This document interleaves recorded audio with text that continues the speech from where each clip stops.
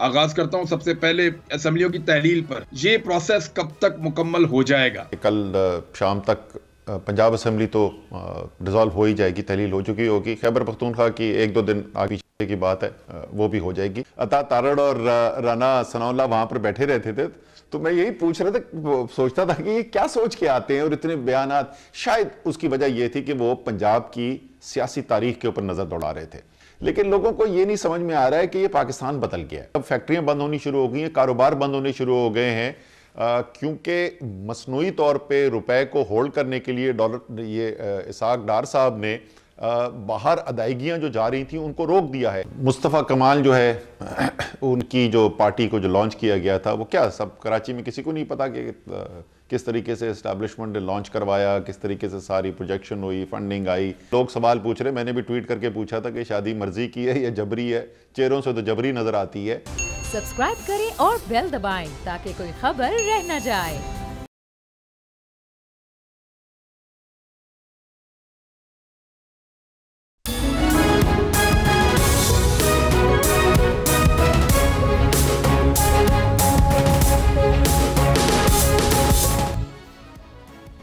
बिस्मिल्लाहिर्रहमानिर्रहीम। अस्सलाम वालेकुम नाज़रीन, आप बोल न्यूज़ देख रहे हैं। मैं इमरान रियाज खान हूँ। मेरे साथ आज के प्रोग्राम में पाकिस्तान तहरीक-ए-इंसाफ के सीनियर रहनुमा असद उमर साहब मौजूद हैं। डेवलपमेंट साहब के सामने इमरान खान साहब ने जैसे कहा था वैसे उन्होंने पंजाब की असम्बली तहलील कर दी है और अब ये कहा जा रहा है कि खैबर पख्तूनख्वा की असम्बली भी जल्दी तहलील हो जाएगी और उसके बाद फिर पाकिस्तान को इलेक्शन की तरफ बढ़ना पड़ेगा। एक छोटा सा आईनी मामला है, मैं आपके सामने रख देता हूँ कि अगर असेंबली अपनी मुद्दत पूरी करे तो 2 महीने के अंदर इलेक्शन होता है और अगर अपनी मुद्दत पूरी ना करे तो फिर 3 महीने के अंदर इलेक्शन होता है। लेकिन आईनी तौर पे 90 दिन के से ज़्यादा जो है वो गुजारे नहीं जाते। आइन के अंदर ये दर्ज है कि 90 दिन के अंदर इलेक्शन करवाया जाएगा। डिक्टेटरशिप के दौर के अंदर चीज़ें जो हैं वो इधर उधर हो जाती हैं, लेकिन पॉलिटिकल अदवार में और जमहूरी अदवार के अंदर ये चीज़ें करना मुमकिन नहीं है। अब देखना यह है कि पाकिस्तान का ये निज़ाम इमरान खान साहब को रोकने की बहुत सारी कोशिशें तो कर चुका है, इवन उनको गोलियां तक लगी हैं, लेकिन क्या अब उन्हें रोकने के लिए कोई नया तरीका कार ढूंढा जाएगा या इन 2 सूबों में इलेक्शन करवाया जाएगा पहले, या पूरे पाकिस्तान में एक साथ इलेक्शन हो जाएगा? चीज़ें कानून और आइन के मुताबिक चलेंगी या नज़रिया ज़रूरत के मुताबिक चलेंगी या कोई एमरजेंसी की बातें भी की जा रही हैं? इन सारी चीज़ों में बात करेंगे। असद उमर साहब पाकिस्तान तहरीक-ए-इंसाफ के सीनियर रहनुमा हमारे साथ मौजूद हैं। सर बहुत शुक्रिया ज्वाइन करने के लिए। असद उमर साहब, मैं आगाज़ करता हूं सबसे पहले असेंबलियों की तहलील पर। ये प्रोसेस कब तक मुकम्मल हो जाएगा? यानी तो पंजाब असेंबली में अगर गवर्नर कहते हैं ठीक है, अगर नहीं भी बोलते हैं तो भी वो आईनी नुक्ता नज़र से 48 घंटे के अंदर पंजाब असेंबली फारिग हो जाएगी, और फिर खैबर पख्तूनख्वा में ये किस तरह आप इन दोनों को कैसे आप आपस में जोड़ रहे हैं? ये ऐसा ही होगा जी, जैसे आपने कहा कि कल शाम तक पंजाब असेंबली तो डिज़ोल्व हो ही जाएगी, तहलील हो चुकी होगी। खैबर पख्तूनख्वा की एक दो दिन आगे पीछे की बात है, वो भी हो जाएगी।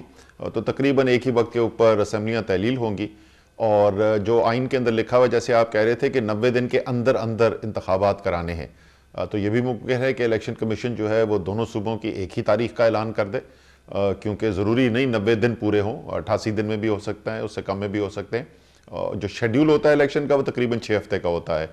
तो ये इलेक्शन कमीशन के पास इसका इख्तियार होगा कि दोनों सूबों में एक ही दिन इलेक्शन होगा या 2-3 दिन के फ़र्क से इलेक्शन होगा। असद उमर साहब, अभी परवेज़ इलाही साहब ने मुलाकात की 2 दिन पहले कुछ मीडिया ऑनर से और उसमें से जो खबर निकली उन्होंने कुछ बातें की थी। उन्होंने कहा था कि इमरान खान साहब से बात हो गई है और असेंबलियां शायद नहीं टूटेंगी। उसके कोई रीजन थे। एक, उन्होंने कहा कि 70,000 नौकरियां पंजाब में निकली हुई हैं, हम चाहते हैं कि लोगों को भी फायदा हो और पाकिस्तान तहरीक-ए-इंसाफ को भी इसका फायदा हो अगले इलेक्शन में। दूसरा, उन्होंने कहा कि पुलिस की सिक्योरिटी वापस ले ली जाएगी इमरान खान साहब से पंजाब में भी, और खैबर पख्तूनख्वा की पुलिस भी असेंबलियां तहलील होने की सूरत में वापस दिलाई जा सकती है। तीसरा, उन्होंने कहा कि इमरान खान साहब की जो एक प्रोटेक्शन है वो भी उस नजर से खत्म हो जाएगी कि उनको गिरफ्तार किया जा सकता है। अब और कुछ उन्होंने कहा मंसूबे भी हमारे चल रहे हैं अरबों रुपए के, और हम चाहते हैं कि वो भी मुकम्मल हो जाएं। तो ये तमाम चीजें परवेज़ इलाही साहब बड़े यकीन से कह रहे थे 2 दिन पहले, और उसके बाद कैसे कन्विंस कैसे किया इमरान खान साहब ने? देखिए, परवेज़ इलाही साहब 2 बातें करते थे। एक तो वो ये कहते थे कि उनके ख्याल में कई वजूहात से इलेक्शन जो है वो हमें फौरी, असम्बलियाँ जो है फौरी तौर पर तहलील नहीं करनी चाहिए, और उन असम्बलियों की अगर मुद्दत मुकम्मल ना की जाए तो कम से कम आगे 3-4 महीने जरूर चलानी चाहिए। ये उनका बड़ा वाज़ेह मौक़िफ़ था, वो टेलीविजन पर भी यही कहते थे, वो हमारे साथ बैठ कर भी यही कहते थे। लेकिन उसके साथ साथ वो ये भी हर दफ़ा कहते थे कि लेकिन फैसला इमरान खान का होगा और जो फैसला होगा मुझे कबूल होगा। मेरी उनकी मुलाकात हुई थी 10 तारीख को, यानी वोट से एक दिन पहले 1-on-1 हम लोग बैठे थे, और उस दिन भी उन्होंने यही दोनों बातें मुझे दोहराई।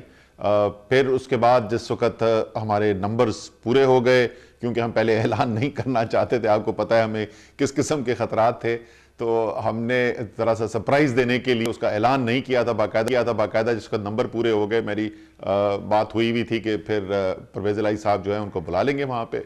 फर्स्ट क्लास बेहतरीन स्पिरिट्स में आके उन्होंने वोट डलवाए, और उसके फ़ौरन वोट के बाद मेरा और मूनिस के मैसेज एक्सचेंज हुए। मूनिस बाहर थे तो मूनिस ने वो मुबारकबाद दी, तो फिर उन्होंने पूछा असद भाई अब आगे क्या है। मैंने कहा जी आगे ये है कि पीएम, वो अभी भी इमरान खान को पीएम ही कहते हैं। मैंने कहा जी पीएम कह रहे हैं कि फौरी तौर पर तहलील करना है। उन्होंने कहा जी ठीक है। तो वो उन्होंने कहा था वो वादा पूरा किया। उन्होंने कहा था कि इमरान खान कहेंगे तो मैं तहलील करने में 5 मिनट भी नहीं लगाऊंगा, और वो उन्होंने करके दिखा दिया।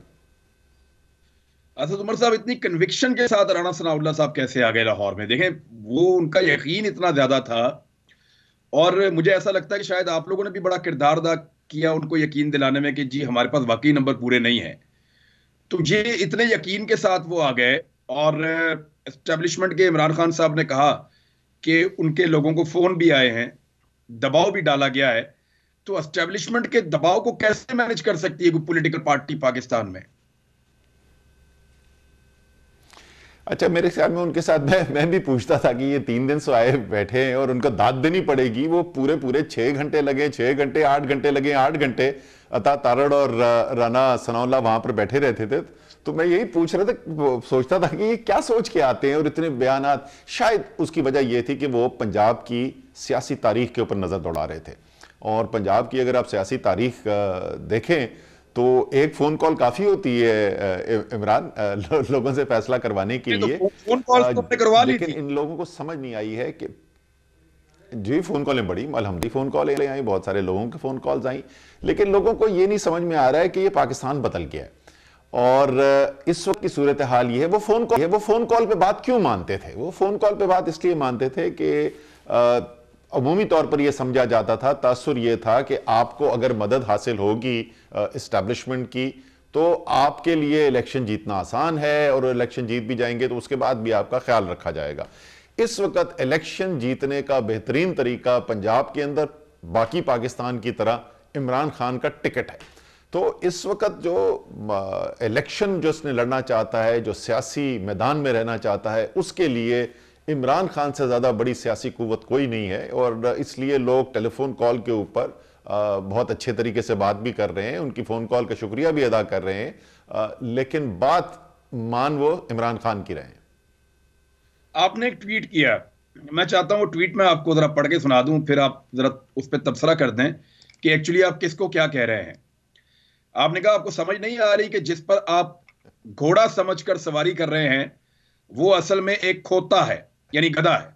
ये एक्चुअली आप किसको क्या पैगाम दे रहे हैं, और घोड़ा कौन है और गधा कौन है? यार मैंने तो एक उमूमी किस्म की ट्वीट की थी। इमरान रियाज, ये आप उसको कहीं सियासत से तो नहीं जोड़ रहे? देखें, बड़ा वाज़ेह है इस वक्त, जिस वक्त ये तब्दीली की गई और रजीम चेंज हुआ तो एक 2-3 गलत फहमियाँ थी। एक गलत फहमी ये थी इमरान खान जो हैं वो इंतहाई गैर मकबूल हो गए हैं, और तमाम इनकी पार्टी के लोग जो हैं वो तो छोड़ना चाहते हैं, वोटर नाराज हैं। एक तो ये गलत फहमी थी। दूसरी गलत फहमी ये थी कि शहबाज शरीफ जो है ना वो कोई बड़े फनकार हैं और उन्होंने को आके पता नहीं क्या कर देना है, और वो पंजाब स्पीड के ऊपर उन्होंने काम करना है और मुल्क को उठा लेंगे और सब कहेंगे कि जी देखो कितना ज़बरदस्त काम हुआ कि इमरान खान की हुकूमत बदल दी गई। उसके बाद जब वो पहले वाला फार्मूला कामयाब नहीं हो रहा था तो उसके बाद उन्होंने कहा अच्छा जी ट्रंप का पता खेला जाए, इसहाक डार को वापस लेके आते हैं, वो को बहुत बड़ी तब्दीली ले आएंगे। और हमारे सामने देखते देखते मुल्क जो है वो बैठता चला जा रहा है। ऐसे मनाजिर देखने को मिल रहे हैं जो तारीख में हमने कभी देखे। करोड़पति ताजिर आज खड़े हुए स्टेट बैंक ऑफ पाकिस्तान के बाहर, वो धमकियां दे रहे हैं कि हम बंद कर देंगे सारे कारोबार अगर हमारी एलसीज नहीं खोलने को इजाजत मिली। हर हफ्ते जो महंगाई के आदादो शुमार आते हैं तो एक नया रिकॉर्ड कायम हुआ होता है। हर हफ्ते जो ज़र मुबादला के ज़खायर के नंबर आते हैं वो पिछले हफ्ते से गिरे होते हैं। तो ये जिसको घोड़ा समझ के मैदान में उतारा गया था, ये इंपोर्टेड हुकूमत, ये पीडीएम, अब ये ना हो कि मेरे पास कल कोई बयान आ जाए अखबार के अंदर के खोतों की एसोसिएशन जो है वो इस बात पे एतराज कर दे कि आपने हमें इनसे क्यों कंपेयर किया, इनसे तो हम फिर भी बेहतर हैं। लेकिन असद उमर साहब देखें, इलेक्शन आप लोगों को मिल जाएगा। अब आर यू श्योर? रास्ता तो एक्चुअली इमरान खान का रोकना है ना, और इमरान खान ने उनको चैलेंज कर दिया है जिनके बहुत बड़े बड़े कॉर्पोरेट इंटरेस्ट हैं। देखिए, मिलेगा नहीं, क्या हमें मिलेगा? नहीं मिलेगा, नहीं लेना पड़ेगा। ये पंजाब असेंबली को जो तहलील करने वाला भी जो काम है, ये भी हमें को दिया तो नहीं गया ना। हालांकि आइन के अंदर तो बड़ा वाज़ेह इख्तियार मौजूद है असेंबली के, जो असेंबली नहीं सॉरी जो हुकूमत में वजीर आला है, वो उन्होंने एक खत लिखना है गवर्नर को और असेंबली तहलील, उसके अंदर तो कोई दौरा है ही नहीं ना। और देखें आप किस तरीके से हमें जद्दोजहद करनी पड़ी है और किस तरीके से 6 हफ्ते की मेहनत के बाद आखिरकार असेंबली तहलील कराने में कामयाब हो रहे हैं हम। तो मिलेगा कुछ नहीं, जो कुछ भी है वो हासिल करना पड़ेगा, वो लेना पड़ेगा, उसके लिए मेहनत करनी पड़ेगी। क्या कहा था जी मुन्नू भाई ने, होंदा नहीं है करना पैंदा है, तो करना पड़ेगा और इंशाल्लाह ताला करेंगे। इसमें तो किसी के दिमाग में शक नहीं होना चाहिए। इमरान खान के जो बदतरीन मुखालिफ भी हैं वो भी ये बात मानेंगे कि इमरान खान जब एक दफ़ा फैसला कर लें और किसी चीज़ की तगोदो शुरू कर दें तो वो रुकते ही नहीं है। कामयाबी मिले ना मिले, इमरान खान में रुकने का मादा ही नहीं है। तो इंशाल्लाह ताला इस कौम को एक नया इलेक्शन भी मिलेगा, एक नया मैंडेट भी मिलेगा, मुझे यकीन है कि होगा। असद साहब, इसमें आप लोगों ने कुछ चीजों को खुफिया रखा है, मैं चाहता हूं जरा लोगों को आप समझाएं। एक्चुअली इमरान खान को पॉलिटिकली नाबालिग कहा जाता है। मेरी इंफॉर्मेशन के मुताबिक आप लोगों ने बहुत सारी इंफॉर्मेशन जाने दी पीडीएम तक, ताकि उनका कॉन्फिडेंस जो है वो बहाल रहे और उन्हें लगे कि वो आपको चैलेंज करते रहे कि लो एतमाद का वोट, लो एतमाद का वोट, और आप ये तासुर देते रहे कि जैसे हमारे पास तो पूरे होंगे ही नहीं। ये एक्चुअली किस तरीके से आप लोगों ने मैनेज किया? आपके दिमाग में था, सीरियसली आप इसको कर रहे थे? क्योंकि देखें, जब एस्टेब्लिशमेंट के टेलीफोन आते हैं तो सवाल ही पैदा नहीं होता कि कोई हार जाए। उनकी मर्जी के बगैर दावे किए जाते हैं इस मुल्क में, सियासी नुक्ता नजर से पत्ता नहीं हिलता। तो ये इस मर्तबा एक अजीब किस्म की चीज हुई है। इसको साइकोलॉजिकल वॉरफेयर कहेंगे, क्या कहेंगे? कैसे मैनेज किया आप लोगों ने? गेम किसका था? देखिए, एक तो ये पहली दफा नहीं हुआ। आपने देखा कि जुलाई के अंदर जो पंजाब के बाई इलेक्शन हुए उसके अंदर आपने यही देखा, बिल्कुल वाज़ेह था कि क्या एस्टैब्लिशमेंट किस तरफ खड़ी हुई है, मीडिया का बहुत बड़ा हिस्सा किस तरफ खड़ा हुआ है, और उसके बावजूद आपने रिजल्ट देखे। फिर अक्टूबर के अंदर जो एमएनए के इलेक्शंस हुए, इमरान खान साहब जिसमें हिस्सा ले रहे थे, उसके अंदर आपने रिजल्ट देखा। तो आहिस्ता आहिस्ता जो है ना, वो लोगों का झाका खुलता जा रहा है, जिसको पंजाबी में कहते हैं, और लोगों का खौफ दूर होता जा रहा है। इसलिए इतना ज्यादा को नामुमकिन भी नहीं लग रहा था। हाँ, सवाल हमारे जहन में भी थे, प्रेशर लोगों को हमें आके बता रहे थे, रोजाना की बुनियाद पर लोग बता रहे थे कि जिस तरीके से प्रेशर आ रहा है। फैसला जो हतमी किया गया था, इस 11 तारीख की तारीख का जो फैसला हुआ था, ये 1 हफ्ते पहले हमने किया था, और यही फैसला हुआ था कि उस दिन नंबर पहले प्रोड्यूस करेंगे और उसके बाद ऐलान करेंगे, पहले ऐलान नहीं करेंगे। अच्छा, ये जरा सा हमारे लिए उसकी वजह से एक मुश्किल भी थी, क्योंकि 10 की शाम को बैठे मैं जो है, हमने 9 कोऑर्डिनेटर बनाए हुए थे। वो 9 कोऑर्डिनेटर थे, स्पीकर साहब थे, हमारी जो सीनियर मिनिस्टर हैं वो थे, हम सब वहाँ पे बैठे, फ़ोन कॉल्स होनी शुरू हुई, एक एमपीए तक हम पहुँच रहे थे, और कई लोगों से उनको मुझसे बराह रास्त बात करवानी पड़ी, क्योंकि लोग ये कह रहे थे जी हम आपके साथ हैं, आपको शक किया भी, हम कल तो इजलास अटेंड करके गए, कल बड़ा ज़रूरी काम है जी, ख़ानदान में शादी है, कोई कहे मैं बीमार हूँ, अब हम बता भी नहीं सकते कि कल हम कॉन्फिडेंस का वोट लेना चाहते हैं। तो वो ज़रा सा मुश्किल हमें उसकी वजह से ज़रूर हुआ, लेकिन उसका नतीजा ये निकला कि दिन के वक्त खड़े हुए थे अता तारड़ और गिनवा रहे थे, गिनती आपने भी जरूर सुनी होगी, वो 100 को 88 से शुरू हुए थे, कोई 165 पे पहुंच गए थे। उन्होंने कहा जी 165 से ज्यादा बंदा कोई नहीं आएगा इनके पास, और अल्हम्दुलिल्लाह आपने देखा हमारा सिर्फ एक सरप्राइज उस दिन हुआ, एक वोट हमें कम मिला उससे। इन्होंने कहा 171 जो है वो इनका फिक्र, और ये ग्रुप में चला था। बिल्कुल, वो उन्होंने वो गिनती करते 171 और उन्होंने कहा कि अगर मैं चलता रहूं तो मैं 165 तक ले आऊंगा गिनती को। हमारा सिर्फ एक वोट, एक रात पहले जो हमारा जो एस्टिमेट था, जो मैंने खान साहब को भेजा था लेट 10 तारीख की रात को, जिस पे उनका जवाब आया था, जिसका मतलब कल फैसले का दिन है, तो वो उससे हमारा एक वोट कम निकला। बाकी अल्हम्दुलिल्लाह तमाम लोग वहां पर मौजूद थे। ठीक है, अब आप इलेक्शन की कैंपेन चलाएंगे या आप लोग तहरीक चलाएंगे कि हमें इलेक्शन दो? लगता क्या है आपको? दोनों काम करने पड़ेंगे जी, दोनों काम करने पड़ेंगे। इलेक्शन तो जाहिर है अब लोग अपने हल्के के अंदर उन्हें तो निकल जाना है, लेकिन साथ साथ ये मुतालबा भी चलता रहेगा। मेरे ख्याल में अभी आप एक बड़ी मजेदार चीज देखेंगे इमरान, कि जो सब मुस्लिम लीग नून के जो एमएनएज है ना, या अभी एमएनए हैं या एमएनएज के उम्मीदवार हैं, उनकी तरफ से दबाव आना शुरू होगा कि इलेक्शन कराया जाए, जनरल इलेक्शन कराया जाए, क्योंकि उनका तो बेड़ा गर्क हो जाना है ना। अगर पहले ये सूबाई असेंबली के इलेक्शन हो गए और इंशाल्लाह ताला उसमें तो कोई शक ही नहीं कि तहरीक इंसाफ ने वो इलेक्शन जीतना है इमरान खान की मकबूलियत को सामने रखते हुए, तो जो एमएनए का अगर इलेक्शन आएगा, अगर ये नहीं कराते, अगर ये अगस्त तक खींचते हैं असेंबलियों को, तो उनका इलेक्शन होगा। नीचे पंजाब की हुकूमत तहरीक इंसाफ की बैठी, उनको तो बेड़ा गर्क हो जाना है। नहीं करता, पीडीएम को तो सूट नहीं करता, उनको तो सूट करता है इकट्ठा इलेक्शन हो जाए। यानी सूट तो उनको इलेक्शन करता ही नहीं है, बिल्कुल ही नहीं करता इलेक्शन सूट। लेकिन मैक्सिमम जो सूट कर सकता है थोड़ा बहुत वो यही है कि इकट्ठा इलेक्शन हो जाए। आपको क्या सूट करता है, अलग अलग या एक साथ? देखिए, जैसे मैंने कहा ना कि हमें तो जाती, अगर पार्टी की बुनियाद पे मैं देखूं ना, तो ये बड़ा जबरदस्त है इस वक्त कि हम आए, पहले सूबे की हम हुकूमत बनाएं और सूबे की हुकूमतें हमारी बैठी हुई हों जिस वक्त हम जनरल इलेक्शन के अंदर जाएं उसके बाद।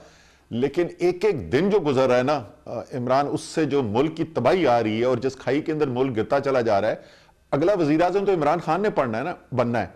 तो ये मसाइल जो सारे पैदा हो रहे हैं, इनका हल तो इमरान खान ने निकालना है। तो उस लिहाज से अगर देखें तो ना ये मुल्क को सूट करता है, ना हमें सूट करता है कि घसीटा जाए इस निज़ाम को। तो हमारी तो आज भी ख्वाहिश ये होगी कि फौरी तौर पर एक जनरल इलेक्शन अनाउंस किया जाए और तमाम मुल्क के अंदर एक ही दिन तमाम इलेक्शन हो। असद उमर साहब, एस्टेब्लिशमेंट कहां खड़ी है? यानी जनरल कमर जावेद बाजवा तो चले गए, जनरल आसिम मुनीर इस वक्त पाकिस्तान के आर्मी चीफ हैं, इमरान खान साहब कहते हैं मेरी उनसे कोई बात नहीं हुई। एस्टेब्लिशमेंट कहां खड़ी है? आप न्यूट्रलिटी का तवक्को भी करते हैं और तकाजा भी करते हैं, लेकिन बहुत सारी चीजें आप लोगों ने बहुत अजीब होती हुई देखी हैं। आज general Asim Munir army chief हैं और इमरान खान साहब इल्जाम लगाते हैं कि एस्टेब्लिशमेंट उनके लोगों को फोन कर रही है, दबाव बना रही है कि एतमाद का वोट ना दो। अच्छा, हमारे पास जितना होता है ना इमरान, उतनी हम बात करते हैं। आपने देखा होगा कि जब कमांड चेंज हुई है उसके बाद हम तकरीबन 1 माह तक यही कहते रहे कि जी अभी शुरू के दिन है, अभी इब्तदाई दिन है, अभी हम नहीं कह सकते कि न्यूट्रल हैं नहीं हैं, पॉलिसी है या नहीं है। जैसे जैसे ये ख़ास तौर पे एतमाद का वोट करीब आया, लेकिन ये सिर्फ एतमाद का वोट नहीं, इस वक्त खैबर पख्तूनख्वा में हमें बड़ी तादाद में हमारे MPs MNAs ने मुझे बताया है कि किस तरीके से उनको कॉल आई, कुछ लोग मुलाकात करने गए। पैगाम सबको एक ही है कि देखें, आपके ये इंटरेस्ट में नहीं है कि आप तहरीक इंसाफ के साथ खड़े रहें, इमरान खान का तो मुस्तकबिल कोई नहीं है, वहाँ लाइन खींच दी गई है। वही सेम पैगाम है जो सबको दिया जा रहा है। तो सिर्फ ये एतमाद के वोट से रिलेटेड नहीं था, ये खैबर पख्तूनख्वा के अंदर भी यही हो रहा था। तो ये तो बड़ा वाज़े नज़र आ रहा है कि पुरानी पॉलिसी जो है वो अभी तक चल रही है। जिस सवाल का जवाब वाज़े तौर पे हमारे जहन में नहीं है कि क्या ये सिर्फ पुरानी पॉलिसी चल रही है, क्योंकि बहुत सारे लोग जो हैं वो पुराने वही इस वक्त हैं अपनी पोजीशंस के अंदर और उस वजह से ये पॉलिसी चल रही है, या ये जनरल आसिम मुनीर की भी पॉलिसी है। इसके बारे में मैं हतमी तौर पे अभी तक नहीं कह सकता। जो बयानात आए हैं आर्मी लीडरशिप की तरफ से जनरल आसिम मुनीर के जो शुरू के फैसले थे, उससे तो यही नज़र आता था कि वो चाहते हैं कि फ़ौज जो है वो सियासत के अंदर ना इन्वॉल्व हो, मीडिया को मैनेज करने के लिए ना फ़ौज को इन्वॉल्व किया जाए। तो और ख़ास तौर पे कल जो हुआ है ये कॉन्फिडेंस का परसों जो एतमाद के वोट के साथ भी हुआ है, इसको भी देखते हुए मेरे ख्याल में फ़ौज के अंदर रीअसेसमेंट होती है। मुझे यकीन है कि एक रीअसेसमेंट की एक्सरसाइज की जाएगी कि जो इस वक्त पॉलिसी चल रही है उससे ना मुल्क को फ़ायदा हो रहा है ना फ़ौज को फ़ायदा हो रहा है। ये फ़ौज बतौर अदारा जो है वो अपने आप को डर्टी पॉलिटिक्स से बाहर रखे। असद उमर साहब, एक छोटी सी चीज़ जाते जाते ब्रेक पहले मैं ले रहा हूँ। क्या परवेज इलाही साहब ने आपको भी ये बताया है कि उनके एक बेटे को जबरदस्ती बिठाकर दबाव डाला गया चंद दिन पहले, और कई घंटे तक बिठाकर दबाव डाला गया कि आप पीडीएम के साथ जाकर शामिल हो जाएं? जी, वो तो उस बेटे का मेरे से बहुत बराह रास्त राब्ता रहता है, तो बिल्कुल वो तो मैं बराह रास्त सुन चुका हूँ। वो तो ट्वीट कर चुके हैं, वो आपने उनकी ट्वीट देखी होगी जिसमें उन्होंने कहा था कि आपको समझ नहीं आ रही कि आप कुछ भी कर लें, हम पीडीएम के साथ नहीं जाएंगे। नहीं, मूनसलाई की बात नहीं कर रहा, मैं बात कर रहा हूँ राशिक इलाही की, जिनको मीडिया मालिकान को बताया परवेज इलाही ने कि मेरे बेटे को 3-4 घंटे बिठाकर रखा गया और हमें दबाव डाला गया, और एक ही बात उसको कहते रहे कि तुम जाओ और जाकर अपने वालिद को समझाओ पीडीएम में जाएं आप लोग। बहरहाल चलें, एक ब्रेक ले लेते हैं, और ब्रेक लेकर फिर हमें बात करनी है मईशत पे भी। कराची के अंदर जादूगरों का जादू चल रहा है, हम एस्टेब्लिशमेंट पे बात कर रहे थे, तो कराची में क्या हो रहा है साहब, ब्रेक के बाद।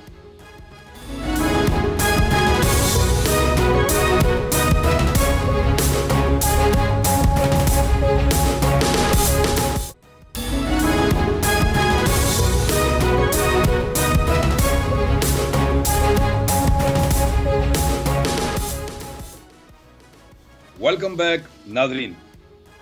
असद उमर साहब, ये जो एमक्यूएम का इत्तेहाद हुआ है, उनकी तस्वीरें और वीडियोस देखकर तो लगता है जैसे जबरदस्ती पकड़कर बैठाया हुआ उन्हें, और एक दूसरे को बुरा भला कहते थे, गालियां देते थे, रॉ का एजेंट कहते थे, मुल्क का गद्दार कहते थे, कातिल कहते थे। वो सारे इकट्ठे हो गए और इकट्ठे होकर कह रहे हैं जी हम सब बहुत अच्छे हैं, और कराची के लोगों के लिए हमारे दिल की धड़कनें जाग उठी हैं और हम कराची को ठीक करेंगे। बल्कि मुस्तफा कमाल ने यहाँ तक कहा कि हम शरीफ क्या हुआ, पूरा शहर बदमाश हो गया। इस किस्म का उन्होंने कोई डायलॉग, गालिबन कोई इंडियन एक्टर का डायलॉग है जो उन्होंने बोला है, तो धमकियां भी शुरू हो गई हैं। ये एक्चुअली क्या हो रहा है, आपकी असेसमेंट क्या है? कराची आप बहुत अच्छी तरह जानते हैं।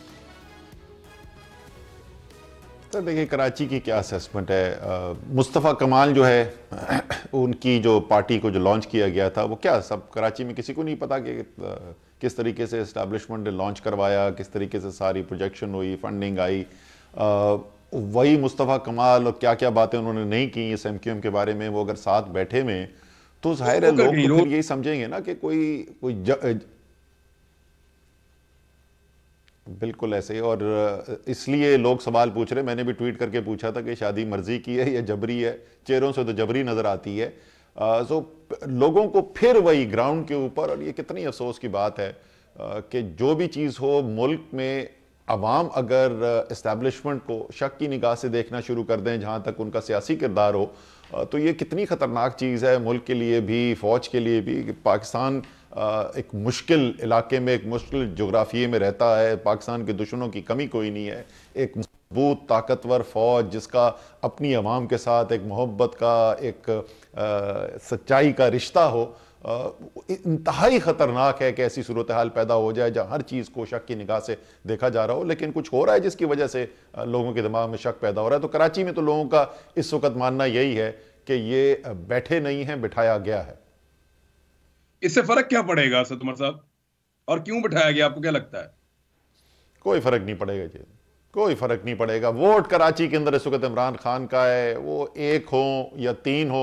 13 ने मिलकर इलेक्शन लड़ी है, उन्होंने क्या कर लिया, तो ये 3 साथ मिल जाएंगे तो क्या कर लेंगे। हमें सियासी तौर पे इसकी वजह से कोई चैलेंज नहीं है, शायद हमारे लिए और आसानी पैदा हो। नहीं, वो तो ठीक है, आपके लिए आसानी पैदा हो जाएगी कराची में, लेकिन इसके पीछे मकसद तो फिर आप ही है ना, टारगेट तो इमरान खान ही है कि इमरान खान को हटाओ किसी तरीके से। अभी बल्दियाती इंतखाबात के लिए जो कुछ हो रहा है कराची में, वो भी सबके सामने है जी। 100% ऐसा ही जी। पूरी जो है वो वहाँ बलोचिस्तान के अंदर क्या खबर आ रही है, वहाँ बलोचिस्तान में खबर आ रही है, सबको कहा जा रहा है जी कि आप पीपल्स पार्टी के अंदर जाएं। यहाँ पर एमक्यूएम को मुतहद किया जा रहा है ताकि कराची में जोर तोड़ा जा सके तहरीक इंसाफ का। खैबर पख्तूनख्वा में JUI को उधर स्ट्रेंथन किया जा रहा है। पंजाब के अंदर खुसूसी तौर पर जनूबी पंजाब के अंदर बातें हो रही हैं कि जी ये कोई नया ग्रुप बनने वाला है या शायद एक नई सियासी पार्टी बन जाए, वो लोग मिलकर दोबारा किरदार अदा करेंगे। तो सारे मुल्क के अंदर इस वक्त एक पेन इमरान खान ऑपरेशन जो है वो होता हुआ नज़र आ रहा है। फिर मैं वही कहूँगा, समझ नहीं रहे, पाकिस्तान बदल गया है, ये सोशल मीडिया का ज़माना है। एक एक पाकिस्तानी आप किसी चौकीदार के साथ बैठें, किसी रिक्शा ड्राइवर के साथ बात करें, वो आपको ऐसा सियासी तज्जिया करके देगा तो क्या किसी थिंक टैंक के अंदर होता है। सब देख रहे हैं क्या हो रहा है और इसलिए ये सब बेअसर है। असद उमर साहब, ये अब थोड़ा मईशत की तरफ आ जाते हैं, क्योंकि आप लोग ऐसा लगता है कि आप गवर्नमेंट इन वेटिंग है और आप लोग हुकूमत बना लेंगे जब पाकिस्तान में इलेक्शन होगा, और ये बात आपके सियासी मुखालिफिन भी अब मानना शुरू हो गए हैं। आईएमएफ की चीफ ने यह कहा है कि फाइनेंशियल टाइटनिंग के मुकम्मल असरात अभी आना बाकी है, और पाकिस्तान के ऊपर ये असरात किस नौयत के होंगे, क्योंकि महंगाई पहले ही, जो आज का डाटा है वो 31.5%, 7% है। 31.7%, ये जो वीकली आपका इन्फ्लेशन रिकॉर्ड आता है, और ये 50 साल का हाईएस्ट है। तो असद उमर साहब, किस नौयत के असरात आएंगे? देखिए, अभी जो होने वाला है, इनको आईएमएफ का भी इनको साइन करना पड़ेगा, और आईएमएफ का जो साइन करने के लिए जा रहे हैं उसमें गैस की और बिजली की कीमतें बढ़नी हैं, कोई 700 अरब रुपए के नए टैक्स लगाने हैं इन्होंने, और सबसे अहम जो उसके अंदर होना है कि मसनूई तौर पर डार साहब ने डॉलर को नीचे करने के लिए जो पूरी मईशत को इस वक्त पहिया जाम करा दिया है, वो इनको खोलना पड़ेगा। तो जाहिर है जिस वक्त रुपए की कदर में कमी आएगी तो उससे एक और महंगाई की लहर आती है। इन तमाम इकदाम से महंगाई के अंदर मजीद इजाफा होने वाला है।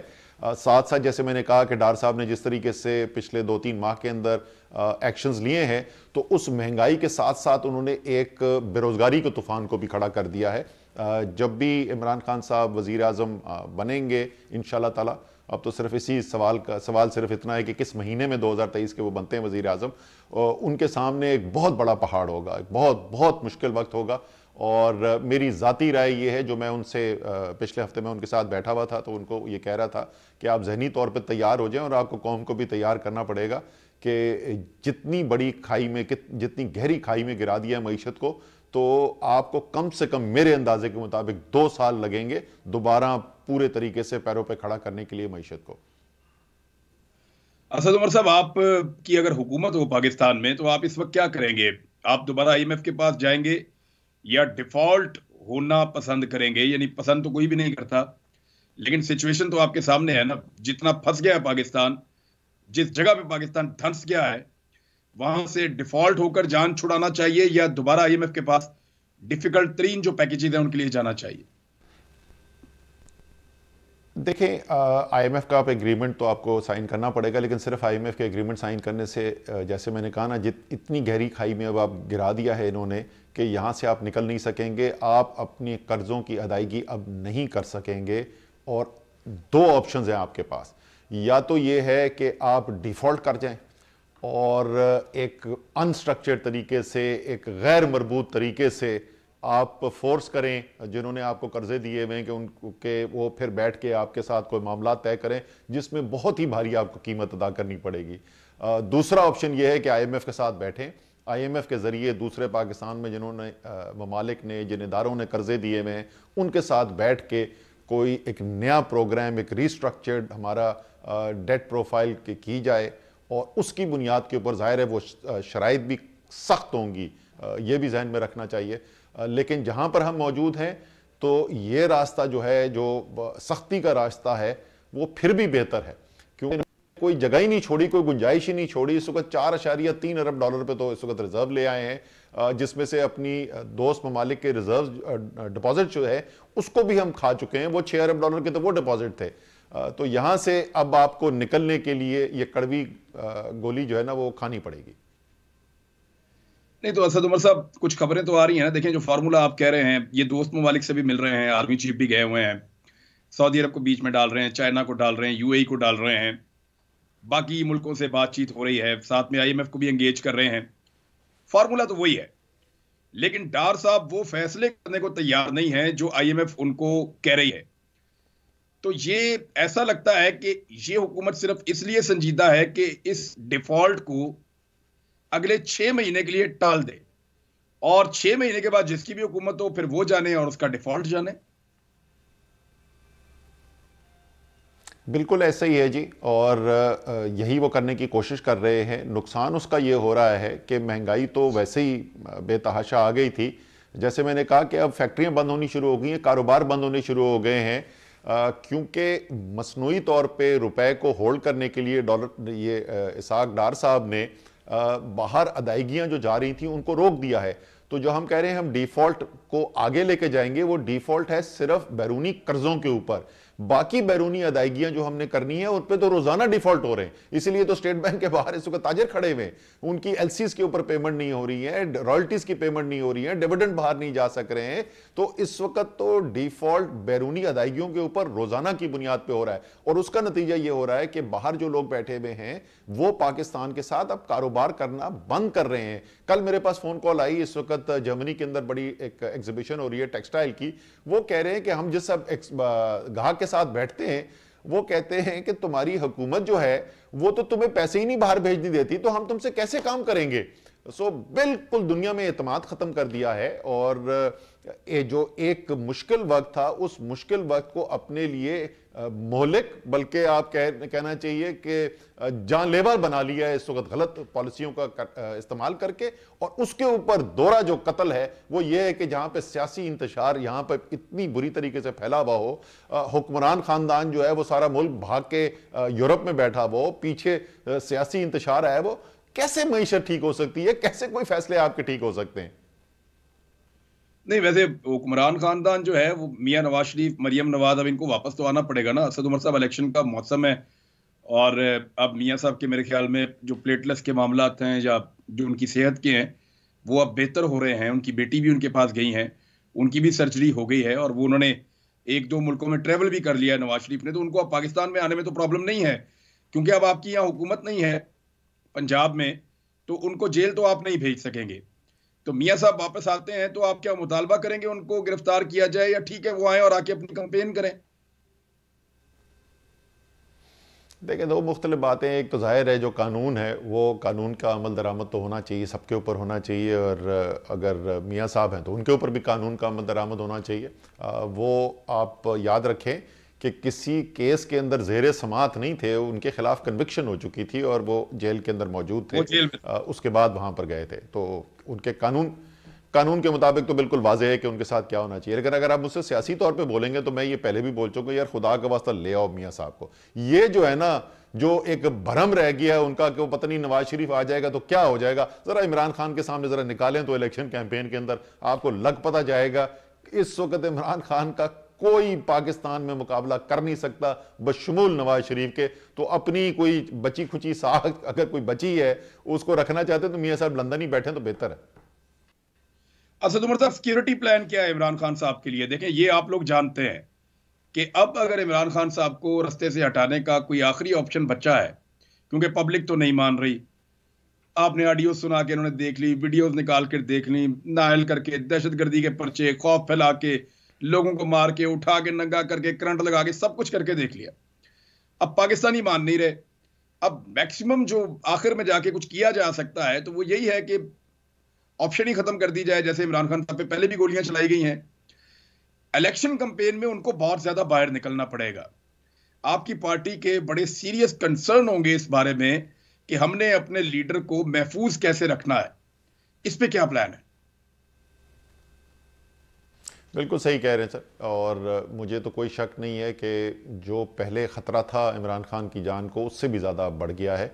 तो ये वाकई में ये बहुत बड़ा हमारा चैलेंज है, और इसके दो तरीके से हम देख रहे हैं कि किस तरीके से, एक तो जो सिक्योरिटी है, फिज़िकल सिक्योरिटी जो है उसको बेहतर से बेहतर किस तरीके से बनाया जा सकता है ताकि उनको ख़तरा सबसे कम हो। दूसरा, टेक्नोलॉजी का इस्तेमाल करके हम उस कमी को ज़रा पूरा करने की भी कोशिश करने के उस तरफ भी हम देख रहे हैं। लेकिन इस वक्त अगर कोई ख़तरा है तहरीक इंसाफ को अगले इलेक्शन से पहले, तो मेरे ख्याल में सबसे बड़ा ख़तरा हमारे लिए है ही ये कि जैसे अब बिल्कुल सही कहा आपने, इमरान खान की उन्होंने सियासी तौर पे मुकाबला करने की कोशिश की, नाकाम हो गए। उसके बाद कानूनी तौर पर उनको नाहल करने की कोशिश की, था ही कुछ नहीं उसके अंदर, तो निकला क्या था, वहाँ कुछ नहीं निकला। फिर उनकी साख खराब करने की कोशिश की, उसमें कुछ नहीं उनका निकला। तो अब तो उनकी एक ज़ात ही बच जाती है, उनकी ज़िंदगी बच जाती है। सिर्फ जिस वजह से थोड़े इंसान को इत्मीनान होता है वो इस बात के ऊपर है कि ये बहुत ताकतवर हो सकते हैं, बहुत ताकतवर हो सकते हैं, लेकिन ज़िंदगी सिर्फ अल्लाह के हाथ में, वो किसी और के हाथ में नहीं। देखिए कोई कम्प्रीहेंसिव प्लान्स के जलसे कैसे होंगे, डिजाइन कैसे होगा, जो टेक्निकल लोग हैं जो सिक्योरिटी को समझते हैं, क्योंकि मैंने ये देखा कि इमरान खान साहब ने कभी भी इस बात की परवाह नहीं की कि सिक्योरिटी, इवन मैंने ये देखा उनके सिक्योरिटी वाले भी खान साहब के साथ वीडियोस बनाने में ज्यादा दिलचस्पी रखते हैं। तो वो जो एक प्रोफेशनल सिक्योरिटी का सिस्टम होता है वो गवर्नमेंट में तो आपके पास होता है, लेकिन अगर आप अपोजिशन में हैं और आप इतने खतरे में हैं अपने मुल्क में, तो उसको अडॉप्ट करने के लिए बाकायदा आपकी पार्टी को एक पॉलिसी बनानी होगी। इस पे बात होती है सर आपकी? जी बिल्कुल, ये बिल्कुल इसके ऊपर जो है कुछ प्रेजेंटेशन वगैरह हो भी चुकी हैं। इसके अंदर थोड़ा सा ये भी है कि खान साहब क्योंकि एक दिलेर इंसान है तो वो खुद भी इसके अंदर बदएहतियाती बहुत, और वो जो सिक्योरिटी वाले हैं उनकी बात सुनते भी नहीं थे। मसलन कभी वो बुलेट प्रूफ ग्लास के पीछे नहीं खड़े होने को तैयार, लेकिन अब वो ये मानते हैं कि उनकी एक जिम्मेदारी है जो उनकी ज़ात से ऊपर जाती है, पूरी कौम का मुस्तकबिल उनसे जुड़ा हुआ है। तो इंशाल्लाह ताला बेहतर सिक्योरिटी के इंतजामात भी देखेंगे और ऑन एयर आपसे, आपके ज़रिए कौम की आवाज़ इमरान खान साहब को भी पहुंचाना चाहता हूं कि खान साहब अपनी ज़ात के लिए नहीं कौम के लिए सोचें, और सिक्योरिटी के जो एक्सपर्ट्स मशवरा देते हैं उसके ऊपर खुदा का वास्ता अमल भी करना है आपने। असद उमर साहब, पार्टी की जिम्मेदारियां आप पे हैं, सारों की नजर इस बात पे है अब कि पाकिस्तान तहरीक इंसाफ कैसे लोगों को टिकट देती है। इस दफा कुछ डिफरेंट होगा या वैसे ही जैसे पीटीआई देती है टिकट वैसे ही होगा? क्योंकि कुछ बंदों से आपकी जान छूट गई है जो पिछली मर्तबा जिलों के फैसले कर रहे थे। देखिए इसके अंदर पहले से बेहतरी 2-3 वजह से है। एक तो जाहिर है कि हमारी बहुत सारी सीट्स जो हैं इस दफ़ा, जब 2018 में गए थे इलेक्शन के लिए तो तकरीबन तमाम सीटें हमारी खाली थी, हमारे मुंतखबी लोग बहुत कम हुए थे। इस दफ़ा बहुत सारी सीट्स पे तो आपके मुंतखब नुमाइंदे बैठे हुए हैं, वो एक मरहले से गुजर चुके हैं, उनको परखा जा चुका है, उनकी लॉयल्टी का टेस्ट भी हो चुका है, उनकी परफॉर्मेंस का टेस्ट भी हो चुका है, ख़ास तौर पे पिछले 9 महीने के अंदर। तो एक तो आपका वो बहुत बड़ा चंक जो है वो फैसला आसान हो जाता है। उसके अलावा खान साहब जो हैं वो ज़ाती तौर पे बहुत ज़्यादा इस दफ़ा इन्वॉल्व हैं, और वो एक फॉर्मल प्रोसेस हो या ना हो, लेकिन जहाँ जहाँ हल्के, जहाँ पर फैसले करने की ज़रूरत है वो वक्तन फ़वक्तन वहाँ के लोगों से मिलना, लोगों को बुला के चेक करना, वो ये खुद ज़ाती तौर पे करते रहे। तो सबसे बड़ी जो मुझे मेरे ख्याल में जिसकी वजह से मुझे एतमाद है कि पहले से और बेहतर फैसले होंगे कि इमरान खान साहब का ज़ाती तौर पे इन फैसलों के अंदर पहले से कहीं ज़्यादा ज़ाती इन्वॉल्वमेंट है, और जो लोगों के ऊपर पहले उन्होंने इंसार किया जिनमें से कुछ लोगों ने बहुत बुरी तरीके से लेट डाउन किया खान साहब को, वो खतरा इस दफा नहीं है। Thank you very much sir. Asad Umar कर रहे थे नाज़रीन, और पाकिस्तान तहरीक इंसाफ का मौक़िफ़ मुख्तलिफ इश्यूज के ऊपर हमने उनसे पूछा, और कल मुलाकात होती है एक नए प्रोग्राम के साथ। अपना ख्याल रखिएगा, अपने चैनल का भी। अल्लाह हाफ़िज़।